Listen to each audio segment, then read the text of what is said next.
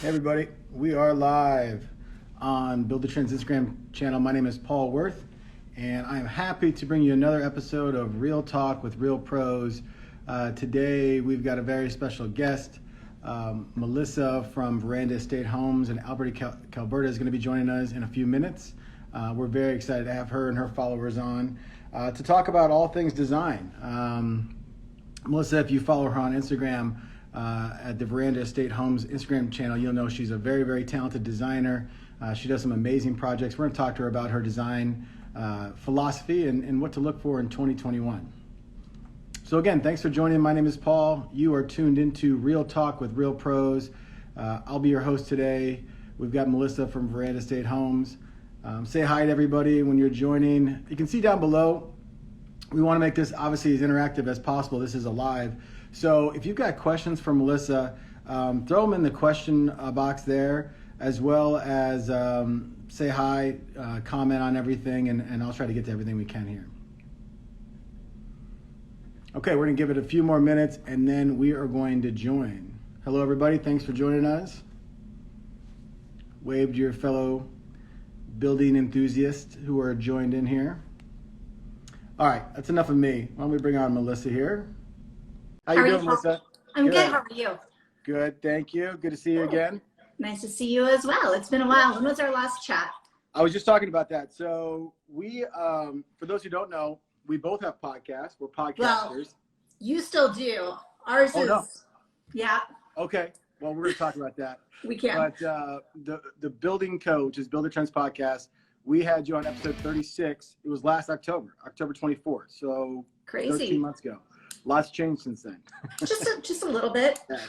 So we'll definitely get into that. But you know, anybody who wants to hear more about your company, Veranda Estate Homes, they can go back to that because you did a good job of explaining everything there. Thank you, sir. I try. Yeah. Thanks for joining us again. So you're in Alberta, Canada. Correct. We know a lot about you. You guys do great custom homes, 5 days a year. Correct. You and your husband, Rob. Mm-hmm. We've got 2 project managers, Kyle and Niall, 2 Irishmen. Yeah.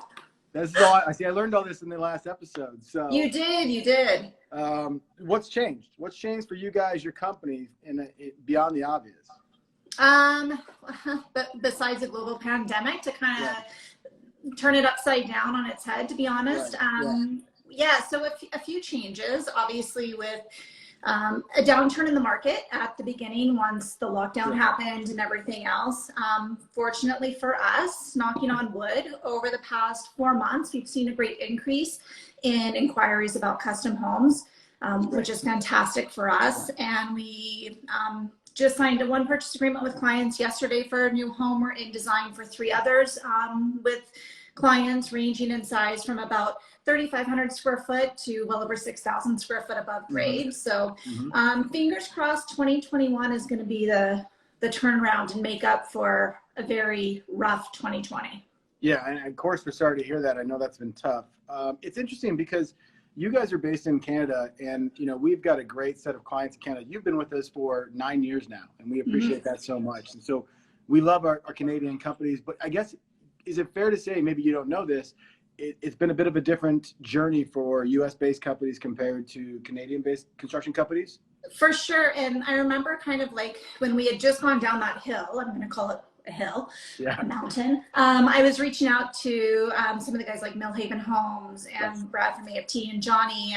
And I was reaching out to them and saying, what's your industry doing? What's your market doing? What are you guys seeing? And they're all like, it's booming. And I'm just like, everything for us at one point just kind of fell by the wayside. You know, we had clients that lost their jobs, that had to cancel contracts. And so it was kind of all about rebuilding and everything else. Unfortunately for us, this is our 19th year. So we have that reputation and we have the killer portfolio and we have the amazing trade base. So I really feel that that helped us get those clients when they were ready to come back to knock on the door and ring. So, and then, I mean, but we're seeing the same thing as the trade base down in the States as well with the price increase in a lot of material, especially the lumber. So the lumber increase. Yeah, I read about that a couple days ago. Is that different in Canada than you see in the US? It's been an increase in both, but it's been an increase in both. I know on one particular home, we saw about a $30,000 increase on the lumber package alone. So it hurt. And I mean, you're seeing it here and there, supply chain issues, which hopefully and we're starting to see that ease off quite a bit in all honesty. But I even know for appliances, my appliance sales rep, she's like, a lot of people that work there had to take leave of absence because they couldn't fulfill the orders that were placed. Like when we build a home, we order appliances typically about 1.5 to 2 years in advance. And then when you call and you're like, hey, we're ready. And they're like, guess what? We don't have any fridges. And you're like, what? That doesn't work for me. Yeah. So it seems like it's been a challenge. And I know this may be a hard question, but what were some of the things that were really challenging for you, or that you maybe positive things that came out from a slowdown for you? Sorry, somebody is on Instagram trying to send me a photo like every 2 seconds. So my phone was just going crazy. I'm sorry, okay. Paul, what was that question again? So, I guess, again, the U.S. companies, and we had Brad on the podcast just a few weeks ago. They've been lucky. And of course, right in March, April, and May, everybody kind of froze, right? They didn't know what was going to happen. Yeah. Here, for the most part, things have kind of roaring back. For you, it seems like that's kind of been a elongated pause for you. It has. What for you and your husband Rob, were you able to take some time to look at the business and make some changes, or was it just kind of a survival mode? Was there anything positive that came out of it for you? It was certainly survival mode, to be honest. Yeah. And so we have to look at it as the area that we live is very heavily influenced by oil and gas, and oil and gas has been taking a negative hit. So, we see a lot of that, and then you throw in this global pandemic and then lockdowns and everything else. So, there was a lot of reflecting. At one point we were like, do we look at another market? Do we look at another area? We know what we're doing. We know that we're really good at it. And at the end of the day, once we were able to sit back and do some reflecting and realize this is home and we have amazing partners that we work with. And when the phone started ringing again a lot, we knew like, okay, it's going to come around. We just have to be patient. So. Yeah, to move to a new market, especially the way you build, super high end, everything's done on site. You do the flooring on site, you do the cabinets on site. That would have had to be a really hard change because you would have had to go to and find subs and contractors you trust to do that. Right? Yeah, and that takes years. Yeah, you guys have been doing it for so long. So it seems like you guys are feeling better about 2021. Momentum's starting again. When we talked last October, we talked about design trends for 2020. A lot of the stuff you talked about was, natural woods, like Rocky Mountain hardwood type stuff, natural stone. You feel like that's going to have longevity over something synthetic. Is that this? I mean, it's kind of been a pause year. So do you have new design trends you're looking at for 2021, or is it kind of the same? It's honestly kind of the same. And I feel more and more clients, because when we chatted last, we were just about 2 months away from moving into our new home, which we have now been in for quite a while. And I did tons of wood throughout, all wood kitchen, all wood cabinetry, even in the laundry room. And anybody that has seen it has fallen in love with it, and they've fallen in love with the warmth of it. Now, don't get me wrong, I still love white kitchens, but we have one home that we're actually completing next week for clients, and it's a fully wood home as well. And then I have one in design right now for clients. We're doing the millwork, and it's half painted, half wood. So you're going to start to see kind of a good combination of them, but I still really feel that at least for our clients and the homes that we build, sticking with natural organic materials is just the way to go. Like we really do not want to be known as one of those disposable builders, which are all over where we live. We use 100% wool carpet in all of our homes. All of our, like you mentioned, all of our flooring is finished on site, same with all of our cabinetry. So what you get is a lot more than something that comes in a box and is just glued or nailed down. Yeah, and I have to assume that it has, those products have a lot more longevity in them. Oh, for sure. I mean, the flooring that we're putting in our homes, we're seeing in homes that, are 100+ years old. It's, 3/4 inch thick hardwood that can be refinished up to 7 times, not an engineered or a pre-finished material. So you're really getting a far more superior product. And we feel like, I think a reason a lot of builders don't use it is it does take a lot more time. So typically a job site will be shut down on average for about 1.5 to 2 weeks over the course of construction to do the first and the final phase of the hardwood. Oh, so you're totally shutting down all the other finished stuff that's happening. But I mean, a week or two in the grand scheme of things feels like nothing. Yeah. You've got about 127,000 followers, which is amazing on Instagram. And I know that's been a good channel for you. to get your design out, and also, you know, leads for you and your business. Do you feel like you have to explain all of that still to people who come to you of like, hey, here's what we're about. We're about this natural, you know, look. We do everything on site. It's super high quality. Or do people get that already by the time they get to you? I think most people do. We have one potential client right now that we're talking to, and you know, they're asking like, what are the differences between you and this other builder? And we're like, where would you like to start? Because we're really one of the only few in town in Calgary that basically builds the way that we build. And I think once people can actually see and touch a home that we've built, they can really appreciate what goes into those homes. And typically we are no more than any other builder. So then when they get that we're not playing pricing games, they're getting what we're telling them from the very beginning, and they're getting a far more superior product. I feel like people are willing to like come on board and you know, take maybe a little bit more time to build the home. But you know, it's interesting you said that, because I have to assume a lot of custom home builders might have this issue. Is your home like a show home now all the time? Like, yes and no. So we do, we do have a show home. We call it inner city, and a lot of people hear like inner city, it sounds kind of ghetto, but inner city is just downtown core. So we do have a show home, inner city Calgary, and that's open, but it is on a 50-foot lot. Our own personal home is on an acreage. It's on 18 acres, and the width of it's 147 feet. So it's a very different plan. It's also a very different price point. So we do bring some people through. We have, I think we've brought in 3 potential clients through, and we actually have 2 potential clients coming through tomorrow.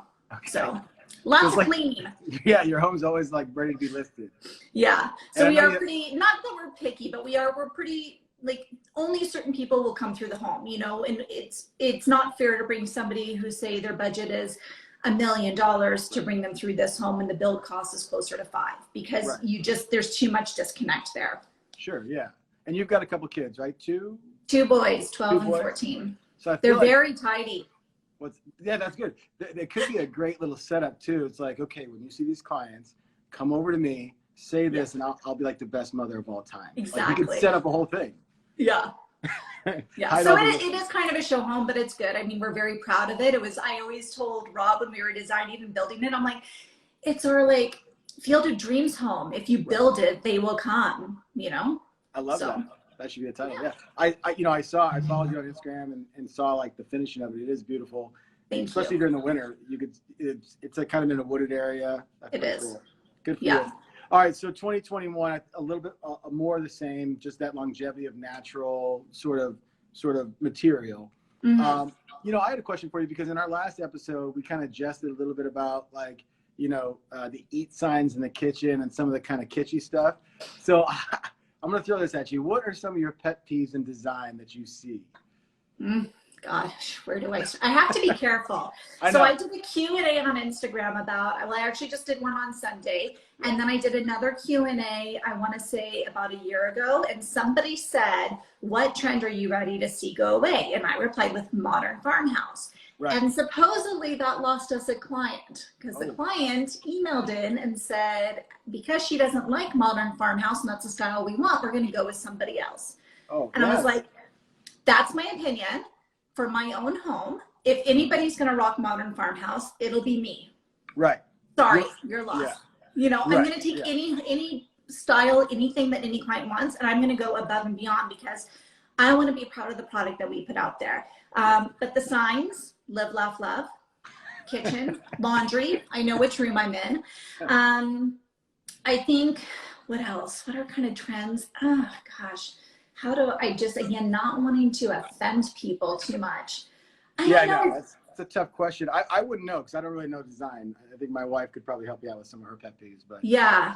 I think it's kind of like, again, those disposable materials. Like, if you're going to do something, wait until you can invest the proper amount to do it. And this is something that we tell all of our clients. You know, if, say, you want window seats in all of your bedrooms, but they're not in the budget, we'll plan for it ahead of time. We'll make sure that the, you know, like the heat vents in the floor are pulled out away from the window, so we have room to down the road install that. So I would say kind of a design trend is like just putting in a bunch of cheap tchotchke material that you're, you know, you may say, oh, I'm going to replace it eventually, but just invest in the key pieces and let the other stuff come.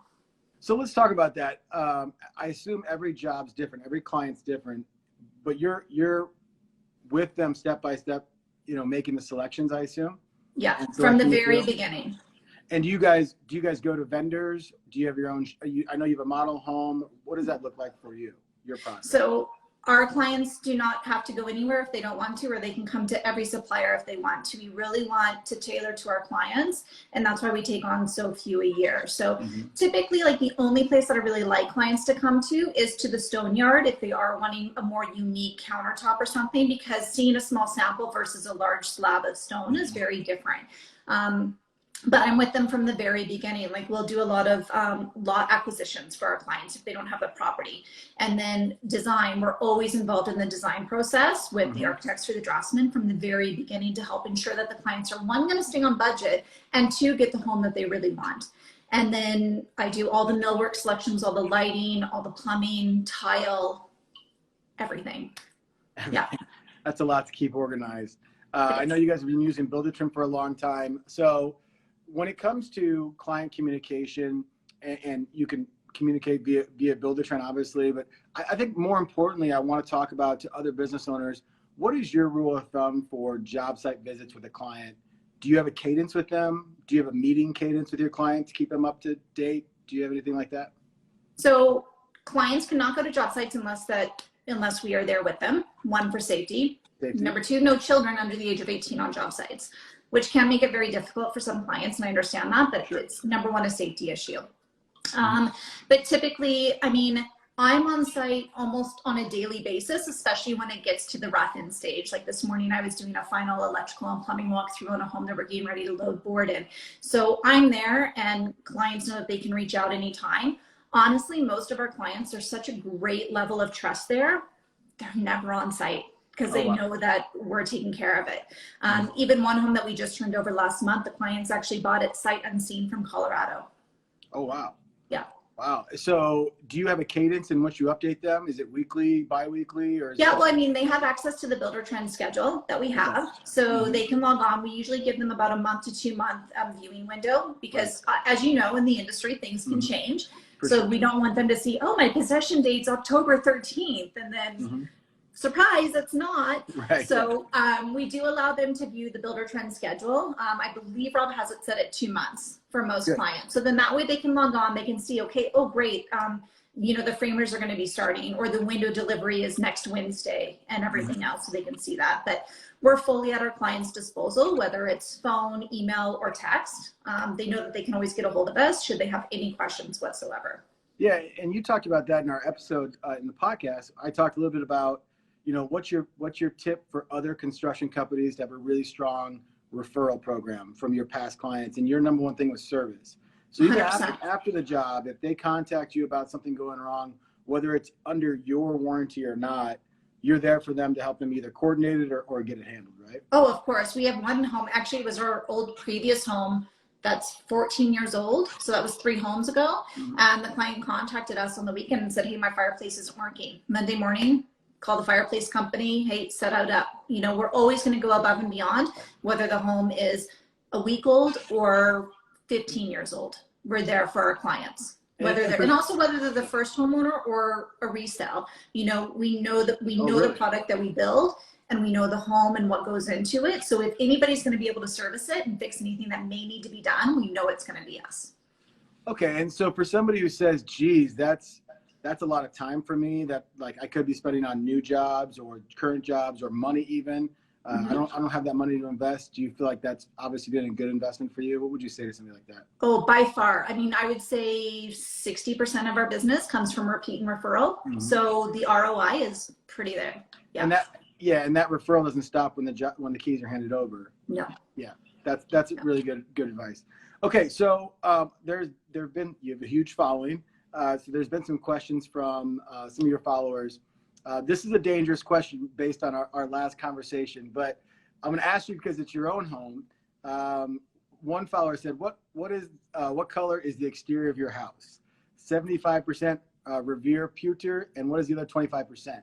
Now, the reason, for just background for everybody, and I agree with you. You have a stance where your clients it's all highly custom. down to paint colors that you're helping them choose, and they've invested in that.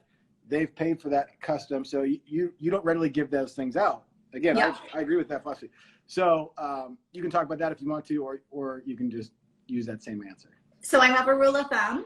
Nobody will get information about a client's home, but my home or a spec home, I will happily divulge it. Okay, there you go. And that's to try to keep people happy, because I've gotten yelled at before for not sharing. And I'm like, when you decide to invest a couple $1 million with me, I'll be sure to keep that information privileged. Right. So our home is 75% Revere pewter. It's basically 75% of the color. And it's hard to say that that's exactly what it is. Sorry, my finisher's here to fix something. Because the difference between a stucco and a paint color are very different. It translates differently. So if you were to go and paint a 75% Revere pewter intensity on your home, it's not going to look like my house. It's just because it's acrylic stucco. Got it. So. Okay. Well, I think that's a good answer there. Another question here. Do you think white cabinets are a trend, or are they here to stay forever? White cabinets. They're here to stay forever. Yeah. And do you consult your what if somebody comes to you and says they want dark black cabinets? Do you obviously done it before, and I'm getting ready to do it in 2 jobs. So I guess that's a callback to the other question about modern farmhouse. One thing we talk about with like Nick Schiffer and Brad and all the guys that I speak to is that they give away a lot of their not color choices, but like the way they do things, because their philosophy is, I'm going to execute better than everybody else. You can have all the information you want. Is that kind of how you feel? Like, bring me any style you want. Maybe it's not 100%. But I like the challenge. Yeah. Bring me the challenge. Let's do something different. I don't want to do the same thing twice, ever.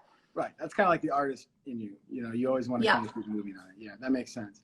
Another one from BW Levy. So, hey, BW Levy, white cabinets are here to stay. What's trending for kitchen backsplashes right now? You know what? People are digging the solid slab stone. If you have a beautiful stone, like in our own kitchen, I picked a beautiful Calcutta gold extra. It's called marble, and I carry that throughout our backsplash. And to me, it is such a focal point and art piece. There is a cost investment to it for sure.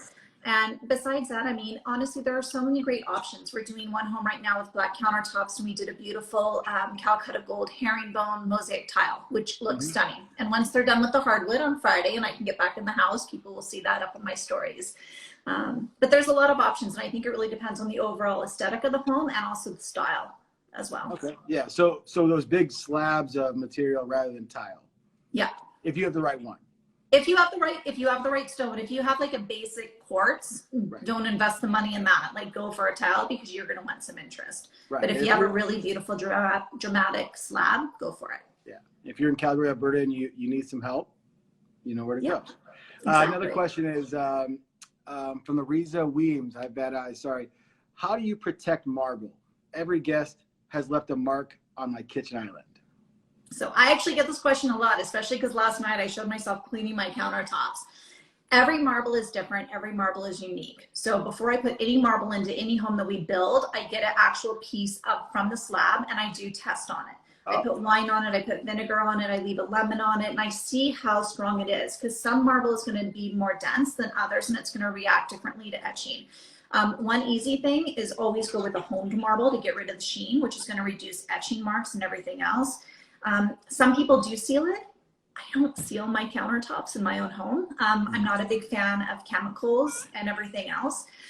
So I stay away from that personally. And I lucked out. The stone that we have in our own kitchen is very dense and very durable. And I went into our butler's pantry yesterday and there was wine spots everywhere and whiskey rings, and it's 2020, but it cleaned up beautifully. So it really, every marble is different, but there are some great, there's DuPont, I believe it's DuPont Bulletproof. There's a lifetime sealer. There's a lot of sealers out there. I would just do some research and do some test samples before you commit to a stone. That's a great tip. So you do that for your clients. If they pick out a marble, you'll take a sample of that and you'll just do it all. Yeah, I actually give them the samples and I'm like, here. So I have one client, the one that's in design for cabinetry millwork right now. She took 6 different samples home and she sent me a picture. She had all these samples lined out with turmeric and olive oil and vinegar and everything else on it. And that helped solidify her final decision for what she wanted. Yeah, I'm with you. My testing would be wine rings and whiskey rings. So you got to do what you know. Exactly. You got to use what you're normally going to be smelling. That's right. That's right. Another question: would you renovate a 100-year-old home? Are there challenges there? Well, there are going to be challenges. I mean, anytime that you look at a renovation, you never know what's going to be behind the walls. I mean, that's Johnny's the king of that. You know, Right. he's always doing these amazing renovations in Boston, and things are very different here in Calgary. There are some beautiful heritage homes that I would love to get my hands on and do renovations on. A lot of the older homes are kind of lacking in that, so most people will go in and tear them down. We're not tearing down beautiful heritage homes, so don't like yell at me for that. Right, yeah. You know, but there are going to be some challenges, and you're always going to have restrictions, whether the home is 100 years old or 15 or even 30 years old. You know, Right. Homes that we're building nowadays have typically 9 to 10-foot basements. They have hydronic heating in the basements and in the garages. Those are amenities that you just really can't get in an older home. So you just really have to weigh those options. Right. And you mentioned Johnny a couple times. Johnny is from Vintage Builders. He's a Yes. Buildertrend client as well. So shout out Johnny. He's doing some good stuff there in Boston. Hi, Johnny. we'll tag him in this. Yeah. Color Pizzazz said, can you post this video to your account? Yeah, we'll do that to the Buildertrend account and yours if you'd like to. Yeah. KT Webster says, do you do smaller budget homes or specialize in the larger? I guess budget's all relative. So why don't you just give me your price range that you guys kind of live in, if you care to? Yeah, no, I mean, typically it's really hard to say because it depends. Like, is the home going to be in a new community where we just go in and we put in a foundation and away we go? Or is it going to be an inner city where we have to look at asbestos remediation, upgrading of services, demolition or moving of a home? I would say kind of our starting price range is around $1 million and then going up from there. Mm-hmm. And when I say $1 million, I mean $1 million, but like it's included with the stuff. Like it's not going to be, like I mentioned earlier, we don't play the pricing game. Yeah. So one thing that a lot of builders do here is they give you a really great entry price to get you in the door. And then as you're making selections, oh, you want a sub-zero fridge? Well, that's not in your allowance. That's going to be more. Oh, you want landscaping? That's going to be more. Oh, you want, and we try to avoid that. So our average client is usually within -2% to +2% from when we sign the purchase agreement to the day they move in the home. Wow. So that is a problem in the industry. Is you'll go to a number of different builders, and typically for a construction company, mainly newer ones, they might shoot a lower price just to win the business, and of course there's a bunch of add-ons. So as a consumer, what kind of questions or what can you do on the front end when you are interviewing builders to avoid that type of scenario? Ask questions and get specific details so you can actually compare apples to apples. For instance, when we give proposals, I'm seeing if I have one sitting around my office.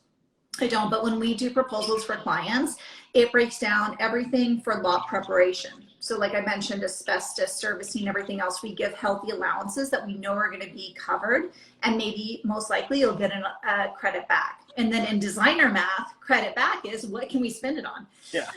Then we deal with garage. Every item in the garage is listed. Hydronic heat, drain, hot and cold water line, polyaspartic flooring is the garage finish. And that goes room by room in the home down to a faucet model number. Not saying this is exactly what you're getting, but this is kind of the price range. So we're going to take this as our baseline.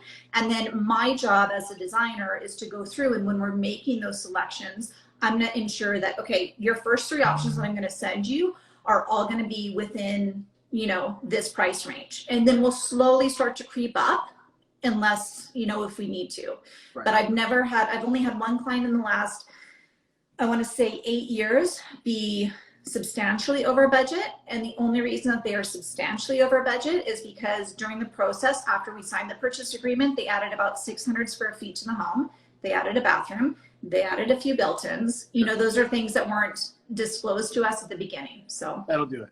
Yeah. So a good rule of thumb is, first, you as a consumer know what you want in terms of the quality. Mm-hmm. You get as specific as you want, because you can't really understand the refrigerator unless you know you want a sub-zero, right? And what that price range is.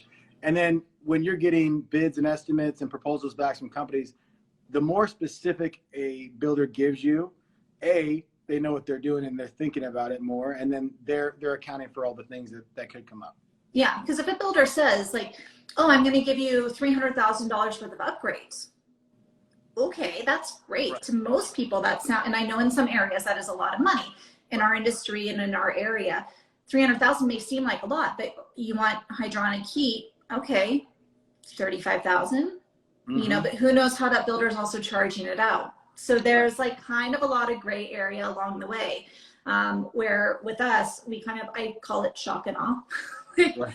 Surprise, here's what it's going to cost. It And is. a lot of times we kind of have to work backwards, but at least the clients are going in. And I always tell them, if you ever want anything quoted, let me get it quoted. So at least you know, and you don't move into your home and go into the basement bathroom and go, I wonder how much that other faucet would have been. Like, I'd rather spend the time, reach out to my supplier and say, here's the price difference, yay or nay. Right. No, that's great. So no gray area, or as little as you can. As little as you can, because we want it to be an enjoyable process. And that's also what helps us get the repeat and referral clients. Awesome. A couple more questions. Is it practical to use white kitchen countertop like quartz? Is it practical? Not a fan of quartz. What? So I find quartz quality has gone down substantially, probably over the last 10 years. They're using cheaper components and materials to fabricate, and it chips, it stains, it's not what it was 10 years ago. So I try to stay away from quartz, especially in kitchens. It's a great product for, say, a kid's bathroom or a laundry room, but not a fan. I feel like there's other really great natural materials like granites and quartzites out there that people can have that are going to be durable and give them the look that they want. So go natural. Go natural. Mitered edge countertops, island only, or all of the countertops? It depends. Like, we've done some, like if they're thinking maybe like a thicker miter edge, I've done some kitchens with like a 6 cm mitered edge on just the island and then a 3 cm eased on the perimeter, because most stone that we get is 3 cm. You know, it really comes down to personal preference and the overall aesthetic of the kitchen and the space. But I love my mitered edges, especially if you have a great fabricator. But you need to ensure that you have a great fabricator, especially if you're using a stone like a marble that has very unique veining to it. Because if you get veining that doesn't line up, right, it can screw it all up. Yeah. That's a good question. So in terms of trends, waterfall island tops, are they here to stay, or is it a fad? I think they're here to stay, especially in the more modern contemporary style homes.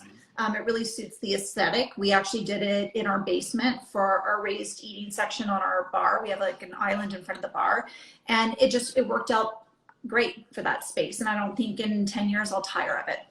Yeah. If I'm still here in 10 years. Yeah. That's great.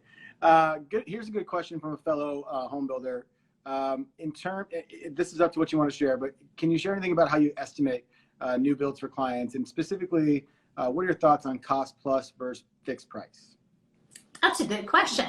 So Good job, 99% of what we do is fixed price. And the reason why is Rob grew up in the building industry, and he actually grew up in what are called show home parades. So you'll have like 3 or 4 builders all on the row. You know, you walk into each one, you see what lots they have on the lot map, and then you pick this plan and away you go. So that's the way that we've always known how to price homes and to be competitive in the industry. We know what our trades charge us because they've been with us for so long. So we have the per square foot base price, and then we build off of that from there, with those conversations that we have initially with our potential clients about features and details, and, you know, send me your Pinterest board. You know, if there's paneling all over, I know that I need to put in some paneling into your home. The fixed price and the cost plus, we've run the numbers on a few projects, and it's typically within about 3 to 4%. So at the end of the day, it really comes down to the comfort level of the client. Does the client want to bear the risk, or do you want the builder to bear the risk? Right. That's a good way to put it. The lumber increases. We're eating that, but it is what it is. Yeah, that's a great way to put it. That really sums it up for a lot of people there. Man, you're getting a lot of questions. Just feel like I'm interviewing you now, which I guess I am anyway, so it's good. I don't know what this means exactly. Any suggestions on shipping container homes? I guess maybe what's your opinion on shipping container homes? I have no idea. I've never used one. We had an episode on the podcast, and I'll throw it in the notes here, but there's a company out of Denver who does these shipping. They take shipping containers and they sell them to home builders, and they sort of like stack them. It's almost like a modular home. Okay. And that would cool for like a cabin or something. And have you seen those shipping container pools? Those are cool. Yes, those are really cool. So I guess, Randall, that's a yes. Go for it if you want to. Uh, Eric has a question. Do you have a go-to brand for engineered hardwood? Only finished on site. That's right. Correct. Yeah. Yeah. Veranda states only finish on site. There's your only finished on site. And we even, and I don't know where, last time I checked, there was a tag that said from Oklahoma. So that's where most of our hardwood comes from. Okay. Got it. Do you have a process for working with clients building in the U.S.? Have you tried to do something remote like that? Yeah, I actually do a lot of interior design consulting for clients in the U.S. And we can't do the actual construction. I will not hire contractors because I can't travel to the U.S. right now, but I also can't have full control over that. So I act as more of a liaison between the client and, say, the architect during the plan revisions, because it's always great to have an extra set of eyes on those plans. And then I help my clients with paint colors, stain, countertop selections, lighting, layouts and lighting selections, and everything else. So yeah, I do. I have, I want to say, 6 clients in the US right now. Awesome. So just hit you in the DMs for an inquiry? Yep, and I can send you information. Then also there's a new thing that's just up and launched with Jake Arnold, who's an amazing interior designer, and it's called The Expert. And is what it is I can put out either a 25-minute or a 55-minute time slot, and you can request that and pay for it, and then you get me via Zoom to ask away as many questions as possible. So just like a coaching kind of thing. Kind of, yeah. So it's either if somebody, you know, say you want to go through your floor plans together, but you don't, because I do take a 5-hour minimum retainer for any design work I do in the States. And some people that's too much, and that's fine. I am booking out for that into March. So for me, it's worth it to have the people that are willing to wait and everything. But with The Expert, it's great because it gives you either that 25-minute or that 55-minute time slot. Maybe you just want to pick my brain about colors, because I get hundreds of DMs a day, and I am OCD, so I have to answer every single one, but I can't be answering everybody's design questions, right? And especially for free. Right, exactly. You've been doing it for a very long time. That's what you pay for, and you do a great job. So where do they find that at The Experts? The Expert is, they have an IG account, and I believe the website is theexpert.com. Okay, or just send you your 101st DM today. Sure. And you'll get back to them. Yeah. All right, last hard-hitting question. Peanut butter, crunchy or smooth? Somebody asked me this, and I'm not going to change my answer. It's still organic, crunchy, all natural peanut butter. I love it. All right, I got my last question. I want to thank you for being here. What's your favorite whiskey you've been drinking lately? Because I know you're a whiskey connoisseur. Well, we've started aging our own Manhattans in a charred oak barrel. So that's my favorite. You can get the charred oak barrel on Amazon, and we get the 5-liter. And the last batch we did was Buffalo Trace with the vermouth. And then you just add a little bit of bitters to it, and it's great. And it's pre-made. But for straight whiskey, I love Caribou Crossing. It's a Canadian single malt. Okay, can you find it in the States, do you know? You can, yep. Okay, Caribou Crossing, there you go. Well, thank you so much. Anything else you want to talk to the crowd about, or anything that's coming up for you guys you're excited about?